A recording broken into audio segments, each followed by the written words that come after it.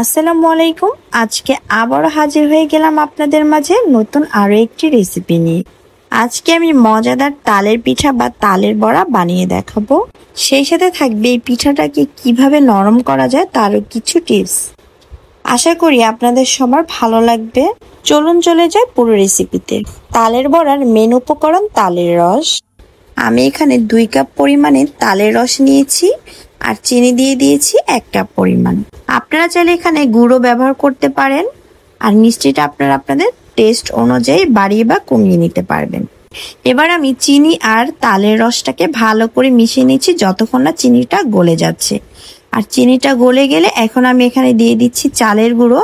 তো এখানে আমি 1.5 কাপের মতো চালের গুঁড়ো দিয়ে দিচ্ছি। আপনারা চাইলে এখানে শুধু ময়দা দিয়েও পিঠাটা তৈরি করতে পারেন। পিঠাটা যেন একটু নরম হয় এর জন্য আমি এখানে 1.5 কাপের মতো ময়দা ব্যবহার করছি। শুধু চালের গুঁড়ো দিয়ে করলে পিঠাটা অনেকটা শক্ত হয়ে যায় আর খেতেও ভালো লাগে না। মিষ্টির স্বাদটা ব্যালেন্স করার জন্য সামান্য 1 চিমটি লবণ দিয়ে দিলাম। সাথে আমি বেকিং পাউডার দিচ্ছি 1/2 টিস্পুন। আর আমি যেহেতু বাজারের কেনা চালের গুঁড়ো ব্যবহার করেছি তাই এখানে আমি সামান্য পরিমাণে বেকিং পাউডার ব্যবহার করেছি। তবে ঘরের তৈরি চালের গুঁড়ো ব্যবহার করলে বেকিং পাউডার না দিলেও চলবে। কোরানো নারকেল নিয়েছি 1/2 কাপ। তবে এটা অপশনাল, ভালো না লাগলে বাদ দিতে পারেন। এবার সবকিছু ভালো করে একসাথে মিক্স করে নিব। খামিরটা মাখানোর সময় যদি মনে হয় বেশ কিছুটা পাতলা রয়ে গেছে তাহলে এখানে আরো কিছুটা চালের গুঁড়ো অ্যাড করে ভালো করে মিক্স করে রেস্টে রেখে দিতে হবে আধা ঘন্টার জন্য। 30 মিনিট রেস্টে রাখার ফলে চালের গুঁড়ো কিন্তু খুব ভালোভাবে ফুলে যাবে আর পিঠাগুলো কিন্তু অনেকটা সফট হবে। তো আমি একটা ফ্রাই প্যানে পর্যাপ্ত পরিমাণে তেল দিয়েছি আর এবারে আমি তেলটা গরম হয়ে গেলে একে একে করে আমি পিঠাগুলো দিয়ে দিচ্ছি। আর তালের বড়াটা সাধারণত ডুবো তেলেই ভাজতে হয়, তবে চাইলে মাঝারি বা একটু বড় করেও করা যাবে। সাইজের সাথে কিন্তু এই বড়ার স্বাদের কোনো কিছুই নির্ভর করবে না।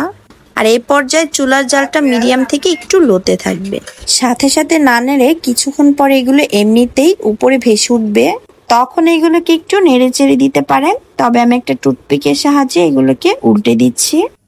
আমি যেহেতু বড়ার সাইজটা একটু ছোট ছোট করে দিয়েছি তাই আমার ভাজতে সময় লেগেছে 5 থেকে 6 মিনিট। তবে বড়ার সাইজের উপরে নির্ভর করে সময়টা আর একটু বেশিও লাগতে পারে। এভাবে গোল্ডেন ব্রাউন কালার করে তালের বড়াগুলোকে ভেজে উঠিয়ে নিয়ে অবশিষ্ট খামির দিয়ে আমি আরো কয়েক ব্যাচে বড়াগুলোকে ভেজে নিয়েছি। ভাজার পর একটা টিস্যুর উপরে দিয়ে ঠান্ডা হতে দিয়েছি। ঠান্ডা হওয়ার পরে কিন্তু এগুলো উপর থেকে বেশ ক্রিস্পি বা মুচমুচে আর ভিতরটা অনেক সফট। আপনারা দেখে নিশ্চয়ই বুঝতে পারছেন এটা ভেতর থেকে কতটা সফট হয়েছে। আর উপর থেকেও কিন্তু বেশ একটা ক্রাঞ্চি ভাব। তালের সময় বাদেও তাল ফ্রোজেন করে রেখে সারা বছরই যে কোনো সময় এই তালের বড়াটা বানিয়ে খেতে পারবেন।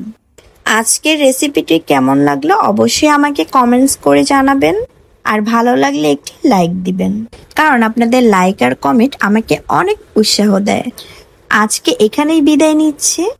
সবাই অনেক অনেক ভালো থাকবেন। আল্লাহ হাফেজ।